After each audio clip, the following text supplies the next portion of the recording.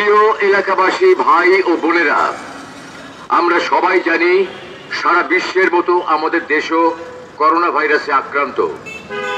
এ থেকে মুক্তি পেতে হলে বিশ্ব স্বাস্থ্য সংস্থা, সরকার ও চিকিৎসকদের দেয়া কিছু নির্দেশনা অবশ্যই মেনে চলা উচিত।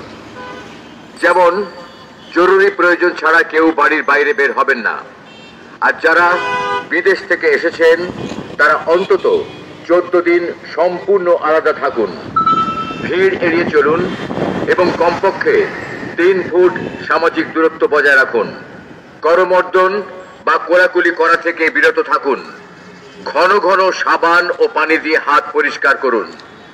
অনবরত হাত দিয়ে চোখ, নাক ও মুখ স্পর্শ করা থেকে বিরত থাকুন। যেখানে সেখানে কফ ও থুতু ফেলবেন না।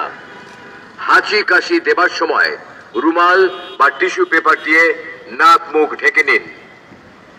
টিস্যু পেপার না থাকলে অন্তত কোনোই ভাঁজ করে নাক মুখ ঢেকে ফেলুন। মনে রাখবেন, এই মুহূর্তে প্রয়োজন সর্বাত্মক সচেতনতা ও সতর্কতা। নিজে সতর্ক থাকুন, অন্যকেও সতর্ক থাকতে বলুন।